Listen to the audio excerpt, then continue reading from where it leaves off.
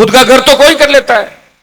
एक व्यक्ति एक समाज में अगर कलेक्टर बन गया और उसने समाज को पीछे मुड़ के नहीं देखा और उसने अपने बच्चों के रिश्ते दूसरे समाजों में कर लिए, वो व्यक्ति किस काम का समाज के अंदर, बताओ मुझे। वो तो एक तरीके से कोटा खा रहा है समाज का। हमें ऐसे लोग चाहिए जो आगे जाने के बाद भी पीछे वाले हमारे भाइयों का ध्यान रखे। वो इन दिनों को नहीं भूले कि किस तरह स्कूल के अंदर मैं जाता था, किस तरह मेरे पिताजी ने नरेगा मजदूरी करके मुझे पढ़ाया, मैं किन परिस्थितियों में आगे बढ़ा। होता क्या है, अपने लोग बहुत सीधे होते हैं। कलेक्टर बनते ही कोई बड़ा व्यक्ति आएगा, 5 करोड़ 10 करोड़ में उसको ले लेगा और अपनी बेटी उसको दे देगा, और वो बेटी पूरे जिंदगी उससे बर्तन मंजवाएगी। मंजवाएगी नहीं मंजवाएगी, बताओ मुझे। तो ये स्थिति है हमारे लोगों की। भोले भाले लोग होते हैं, समझते नहीं है। तो भाइयों, ये समझ की भी आवश्यकता है। खाली आप ये मत सोचो हमारे समाज का ये कलेक्टर बन गया, एसपी बन गया। कलेक्टर एसपी बनने के बाद समाज की कौन चिंता कर रहा, वही समाज के लिए असली जो समाज के पक्ष का व्यक्ति वही है जो आगे बढ़ने के बाद पीछे वाले लोगों को याद रखता है। मेरा संघर्ष आपने देखा, मैं भी बन गया था मंत्री। मुझे तो खाली कप प्लेट उठाना था और क्या करना, कप उठा के साइड में रखा, बड़ा मंत्री 2003 में बन जाता। ये 20 साल का जो संघर्ष है, लोग कहते क्या कर लिया, बहुत कुछ कर लिया। मैं कल फ्यूचर के अंदर दौरा कर रहा था, मेरे को महिलाओं ने आगे आके कहा कि हमारे ये काम है, अलग से लिखो आप। हर व्यक्ति नेता के पास अपनी बात लेके पहुंचता है। हनुमान बेनीवाल को अपना परिवार का सदस्य मानता है। छोटा बच्चा भी एप्लीकेशन पर कह देता है और फोन करके कहता है, हनुमान जी मेरी स्कूल में टीचर नहीं है, टीचर जल्दी लिखाओ लगाओ, मेरी लाइट चली गई, लाइट जुड़वाओ। आप ये बताओ पहले करते थे क्या लोग? ये मैंने प्रयास किया और प्रयास का परिणाम ये हुआ कि आप लोग जागे, मजबूत हुए और तेजाजी का जयकारा इस देश के अंदर गूंजने लगा। लखनऊ से लेके और बाघा बॉर्डर तक वीर तेजाजी महाराज का जयकारा गूंजने लगा। तो मेरा बहुत बड़ा रोल और सहयोग है। हनुमान बेनीवाल ने तेजाजी के जयकारे के साथ आपका सम्मान बढ़ाया, पार्टी बनाई और बहुत से नौजवानों को नेता बनकर राजस्थान और देश के अंदर भेजा। भाइयों, हो सकता है कि मुझे धोखा देके भाग गए होंगे, तैयार मैंने किए और चले कहीं और गए, मेरे कोई फर्क नहीं पड़ता। आप लोग मेरे साथ हो। हाईटेक सिटी हमारा नागौर कैसे बना? मैं भ्रष्टाचार को एक दिन में खत्म नहीं कर सकता, काम करवाता हूं। ठेकेदार लिपापोती करके भाग जाते हैं, मैं उनको पकड़ के वापस लाता हूं, फिर भागते हैं, फिर लाता हूं। तकलीफ होती है, लेकिन समय के साथ सारे काम आपके होंगे। नागौर भी आपको अच्छा नजर आएगा। रेल की नई सुविधाएं नागौर के अंदर होगी। प्रयास करूंगा और केंद्रीय विद्यालय खुले। नागौर खींवसर के चारों तरफ सड़कों का जाल बिछा।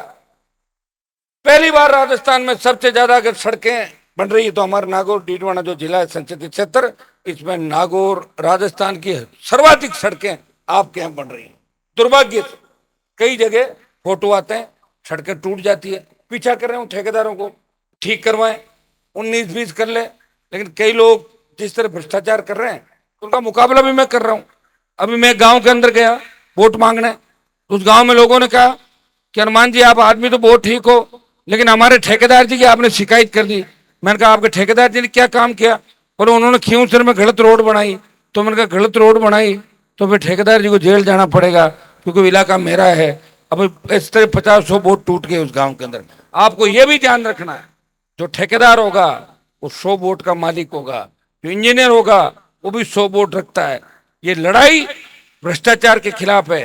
राजनीति में भ्रष्टाचार के खिलाफ लड़ाई आज तक किसी ने लड़ी नहीं, मैंने लड़ी है, प्रयास किया है।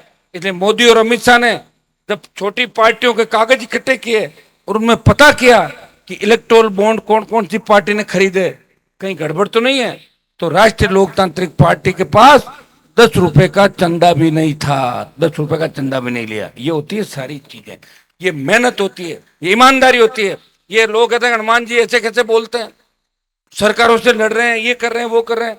मैं इसलिए कर रहा हूं कि मैं आपकी सेवा के अलावा कुछ नहीं कर। लड़ते लड़ते लड़ते लड़ते और 23 साल का समय और निकल, 23 साल 30 साल मुझे लड़ते हुए हो गए। 20 साल 21 साल का था जब से लड़ना शुरुआत करी मैंने। बहुत बड़ी लंबी लड़ाई मैंने लड़ी। और लोग कहते हैं अच्छा अब क्या कर लोगे? तो मैं कहता हूं ये बात अगर भगत सिंह जी सोच लेते कि मेरे बलिदान से, मेरे परिवार से तो प्रधानमंत्री नहीं बनेगा, तो फिर बलिदान क्यों देते? फिर देश आजाद ही नहीं होता। अगर हनुमान बेनीवाल के संघर्ष से मेरी कौम को फायदा मिलता है किसान को फायदा मिलता है, वो निश्चित रूप से संघर्ष करूंगा और आपको एक नई दिशा दूंगा। भाइयों, जब मैं गया था दिल्ली, जब मैं लोकसभा के अंदर गया, तो हरियाणा उत्तर प्रदेश के तमाम साथी सांसद कहते थे कि राजस्थान के लोग बहुत सीधे होते हैं, राजस्थान के लोग ये लड़ाई नहीं लड़ते। और जब मैं वहां आया और वापस गया, तब देश में बात चली कि राजस्थान के किसान के बेटे सबसे ज्यादा लड़ाके हैं। हनुमान बेनीवाल उस बात का उदाहरण है। चाहे विनेश फोगाट का मामला हो, अगर लोकसभा के अंदर आवाज उठाई, आपके किसान के बेटे ने उठाई, क्योंकि उसकी रगों में वो खून बह रहा है जो मेरी रगों के अंदर बह रहा है। चाहे पहलवान बेटियों में अत्याचार हो, किसानों के लिए मोदी की सत्ता को ठोकर मारी, और अग्निवीर का विरोध अगर देश के अंदर किया, तो छोटे भाइयों के लिए आपके सांसद ने विरोध किया, राजस्थान की सरकारों का विरोध किया, और उसके बाद विकास की राह पे आपको लेके चल पड़ा। कभी नहीं कहा किसी को, मेरे घर कोई व्यक्ति आया, मैंने उसको ये नहीं कहा मैं काम नहीं कराऊंगा। मैं कहता हूं चिंता मत करो, तुम्हारा काम कराऊंगा। मैं सरकारों से लड़ भी रहा हूं और काम भी करा रहा हूं। एमएलए के अंदर मुझे मात्र शायद 2-3 दिन मिले होंगे, पूरा 5 करोड़ का बजट खर्च कर दिया, और एमपी का बजट मेरे अंदर आ रहा है मेरे कोटे के अंदर। तब कई लोगों ने विरोध किया, करते हैं विरोध कि पैसा खर्च नहीं होना चाहिए। कैसे नहीं होगा भाई, मैं ही तो विधायक रहा 6-7-8 महीने 10 महीने, तो मैं ही करूंगा, मेरा अधिकार था।